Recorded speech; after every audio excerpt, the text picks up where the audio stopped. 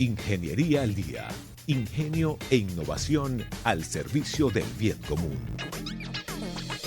Y ya en línea también por nuestro YouTube, canal YouTube Mundo UR Regiones en Vivo, Osvaldo Ochoa, ingeniero químico, ambientalista, especialista en manejo y disposición de desechos sólidos y contaminación atmosférica, profesor jubilado del Departamento de Ingeniería Química de la Universidad de Oriente.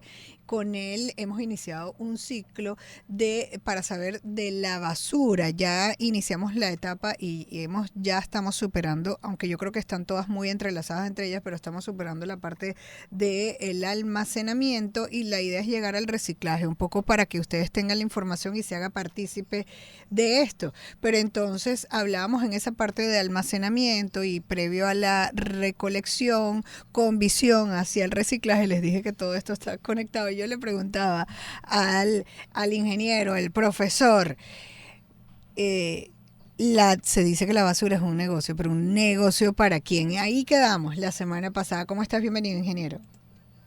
Muy buenos días, gracias por la invitación de nuevo.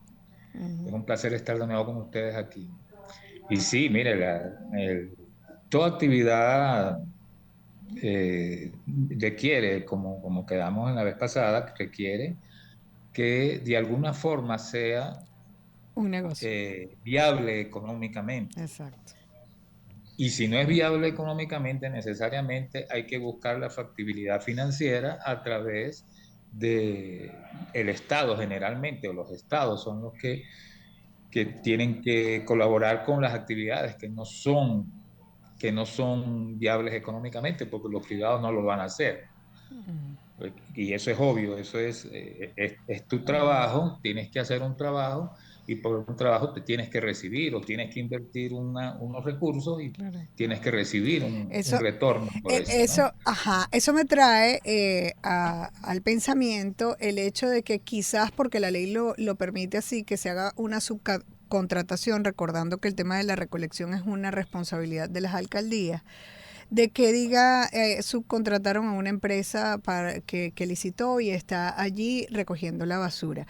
Y resulta que no le es rentable la basura, tomando un ejemplo, o las tarifas y no se ponen de acuerdo porque esto es un enredo, por la cámara, por acá, por allá. Y entonces o la gente se organizó, no vamos a pagar esa tarifa y tal, y no le está dando. Y termina la empresa privada diciendo no voy a recoger la basura. ¿Qué pasa? ¿Se queda la basura en la calle? ¿De quién es la responsabilidad? Bueno, cuando una empresa, o sea, va a depender del tipo de contrato, ¿no? Si el contrato es un Claro. contrato de servicios, obviamente la responsabilidad sigue siendo de la alcaldía, Uh-huh. porque la alcaldía está contratando a una empresa y si esa empresa no recibe los recursos de la alcaldía por la que está cobrando, obviamente la responsabilidad cae en la alcaldía. Pero si es una concesión, Uh-huh. la responsabilidad ya cae en el concesionario. Por supuesto, nunca la alcaldía va a perder su responsabilidad Okay. como gobierno local, ¿no? Uh-huh. Pero ya cuando es una concesión, una de las diferencias es que la empresa cobra directamente el servicio Okay. al usuario. Okay. Cuando es un contrato de servicio, quien le paga a la empresa es la alcaldía. Pero la Y es la ley sigue alcaldía. diciendo que la competencia es del municipio. Obviamente nunca deja de ser del municipio, pero Okay. ya cuando hay una concesión, es más la responsabilidad de la empresa. O Uh-huh. sea, ya no es tan fácil que la empresa diga, no, yo no voy a recoger la basura, porque no me están pagando. O sea, ya cuando es la concesión, Sí. ya la concesión te da unos privilegios, pero también te da unas obligaciones. Sí. Y esas obligaciones es la cobranza. Ahora, en Entonces, este tema de quién es el negocio, yo estaba pensando en la etapa de almacenamiento, dado como usted nos los explicó, que la gente debe organizarse según las empresas privadas que haya para la recolección de qué es lo que se va a reciclar y en función de eso cómo se va a almacenar. Si el municipio, en mi municipio, no ha hecho esos acuerdos con estas empresas privadas y yo vivo en un condominio, yo pudiera entonces organizar organizar y contactar directamente a esa empresa privada para que venga y recoja y nosotros hacemos ese almacenamiento y entonces como condominio ganar dinero. ¿Eso es posible? Es posible, claro, si el material es totalmente reciclable. Claro, claro, y que en O el sea, sí, acuerdo con sí, esa empresa, ¿no? exacto, sí, yo puedo, o sea, porque hasta tanto yo no, yo no establezca que lo que yo tengo en mi casa es un desecho, Ujú. yo lo puedo reciclar, yo lo puedo reutilizar, incluso Claro. reutilizar o reciclar, yo puedo hacer con él lo que yo quiera. Claro, porque es que si Yo entramos en como, la conciencia de que estamos haciendo un daño y que el municipio no ha avanzado en esos acuerdos para el reciclaje, y todos sabemos que tenemos que llegar al reciclaje, o sea, podemos en un condominio que ya está organizado por calles, tenemos los números de casa, sabemos quiénes son los propietarios, o sea, nos podemos organizar como ciudadanos y contactar directamente y tendríamos un ingreso por esa basura que almacenamos y que es totalmente reciclable. por supuesto que sí, Ok, por supuesto que sí. bellísimo. Siempre y cuando el reciclaje se cumpla a cabalidad, Ok. ¿no?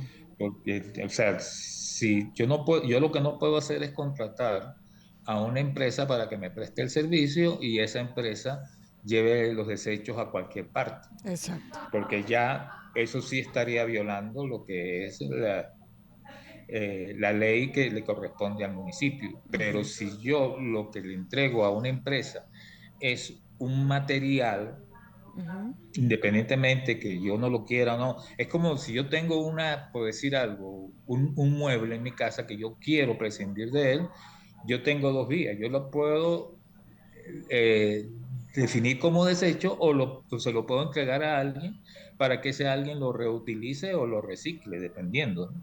Claro. Es más o menos ese es el esquema. Sí, ¿Ok? entonces el almacenamiento, la recolección, ¿cuál es la Si siguiente yo, por etapa? ejemplo, Ajá, recolecto papel, ajá. yo se lo puedo vender a una persona que se encarga de reciclar el papel, Sí. porque esa recolección de papel no ha sido, todavía no ha sido desecho. Sí, Mientras antes yo, de pasar a la siguiente etapa, que creo que nos va a quedar para una próxima oportunidad, es importante un poco simplificar, mejorar la recolección. Nos hablaba de que se dañaban los equipos si no había una transferencia, pero también si hacemos ese almacenamiento y esos acuerdos, va a ser menor la cantidad de basura que se traslada y va a ser menor la cantidad de basura que se queda por allí, porque a veces ahí hay un tema en la recolección que no hemos tocado que son los horarios, que son las cantidades, ¿no?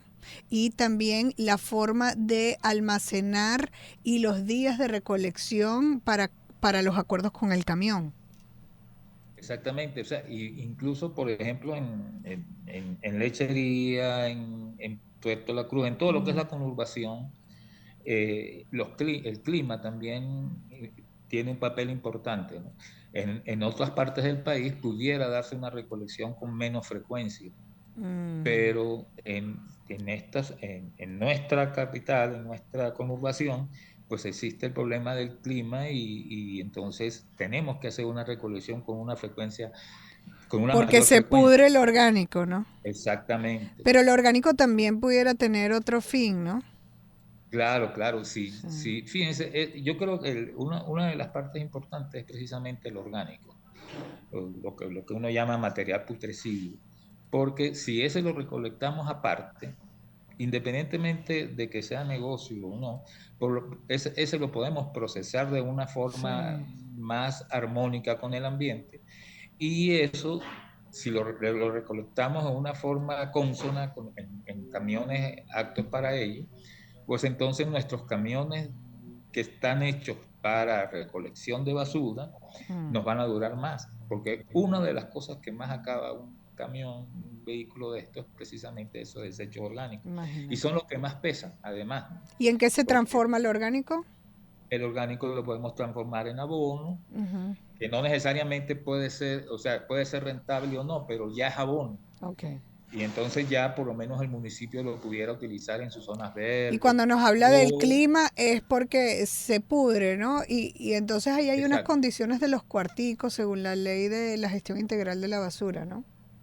Sí, guardar ese desecho es más delicado, vamos a decirlo así, Ujú. desde el punto de vista de lo que pueda generar los malos olores y todo ese tipo de Sí, cosas, que es lo que genera más problemas al bien, usuario sí, y que es donde más viene la queja, porque cuando no se recolecta eso con la frecuencia debida, claro. por lo menos 3 veces a la semana, pues Ujú. entonces eso va a generar malos olores, sobre todo Sí, en los edificios, ¿no? Que en los sí, edificios tenemos los, los almacenes en la parte sí, baja del a edificio y eso, entonces por allí pasamos sí, todos cuando salimos del a nuestro eso, edificio cuando entramos así y es. si no, y por mucho que Sí. estén muy acondicionados, si la basura está allí, pues Sí, claro. Bueno, hasta aquí llegamos y aún no terminamos la parte de la recolección. Lo vamos a seguir recomendando, haciendo estas recomendaciones en una próxima oportunidad. Ahí tienen un dato claro con el tema del clima, tienen un dato claro con el tema de lo orgánico, pero ajá, las rutas, los horarios, eso lo vamos a seguir conversando en una próxima oportunidad. Muchísimas gracias, Osvaldo Ochoa, ingeniero químico, ambientalista y especialista en manejo de disposición de manejo y disposición de los desechos sólidos, además de contaminación atmosférica. Vamos a hacer una pausa.